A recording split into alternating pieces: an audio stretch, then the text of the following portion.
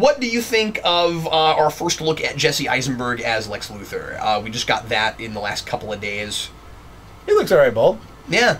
I mean, he doesn't. Looking at him doesn't necessarily make me go, "Oh, that's Lex Luthor." Yeah. It's a bald kind of crazed looking Jesse Eisenberg. Yeah. It could be good. It could be not good. I mean, I'm still really interested in that casting choice. A lot of people certainly revolted, and my whole thing was, and just like with Ben Affleck, and my whole thing was, the problems with Man of Steel are not casting. I kind of want to trust them there, and again, I think Jason Momoa is a really good pick for Aquaman, despite the fact that I think he could be classier in the way he's been talking about things. He had that whole F Marvel thing that he wrote on somebody's he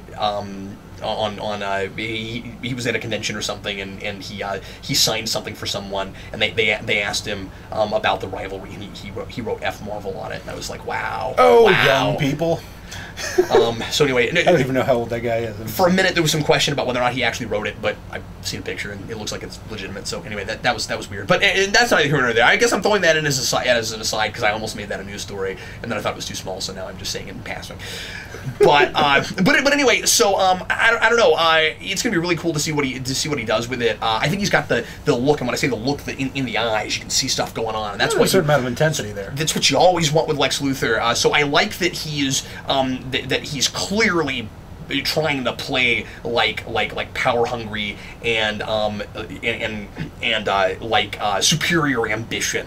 I mean, I think essentially the bottom line here is that we have an opportunity for Jesse Eisenberg to show us what he's made of. Yeah. I mean, because heretofore he's played kind of skinny, squirrely guys, and now he gets to play a as you said earlier, a power hungry madman. I mean, he gets to, well, you might not have said madman, but whatever. I said deranged or crazed or something. That's close enough. So, I mean, so he has an opportunity to show us, to kind of spread his wings. Before this, he's really been like comedies or the dramas he's been in. He's been the squirrely, skinny guy. I mean, I still think it's really interesting, though, that he, in a way, sort of played what some people would argue is like the modern real-life equivalent to Lex Luthor with the founder of Facebook.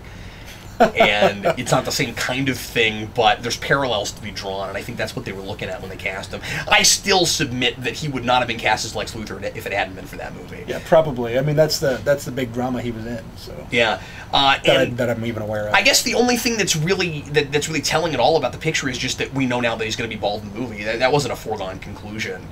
Really? Certainly not. I mean, it's never a foregone conclusion with Lex Luthor. You can either do the bald version or you can do the long red-haired version. I mean, and then give him hair, or not even do that. Just have him go bald later. I mean, we are doing some origin stuff after all, and he's playing such a young version that I'm a little surprised that he's bald this early. It'll be interesting to see why that is. Is he shaving his head? Is it more like a Smallville Michael Rosenbaum thing where he's lost his hair for some reason? They're not doing anything to make it look like he's not shaving it because you can see follicles. Now, you had that with Lex Luthor in Smallville just because that's a really hard makeup thing to pull off and not make your skin look like it's totally two different colors. So you could tell that that's a guy shaving his head and it hasn't gotten a lot of sun, and then we're pretending like he lost it, but in that meteor shower, but that clearly he's just shaving it. But I wonder if in this it's going to be that, because it almost looks like the follicles are intentional.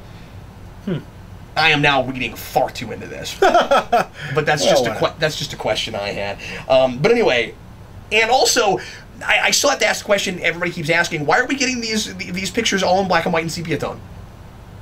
Setting the mood. Is that what it is? Is that what it is? I mean, definitely they're going with a really stylistic tone. I've seen the teaser trailer from Comic-Con, and it's like it doesn't look realistic at all. It's very Frank Miller comic book looking. You know, I like to set up these DC pictures around my room, play a little Barry White, light some candles. Is that what you do? So they're mood pictures then.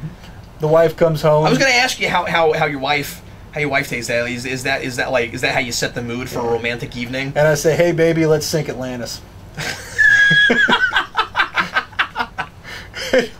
I was going to try to keep going with this and pretend like I was taking it seriously, and I just couldn't handle it after that.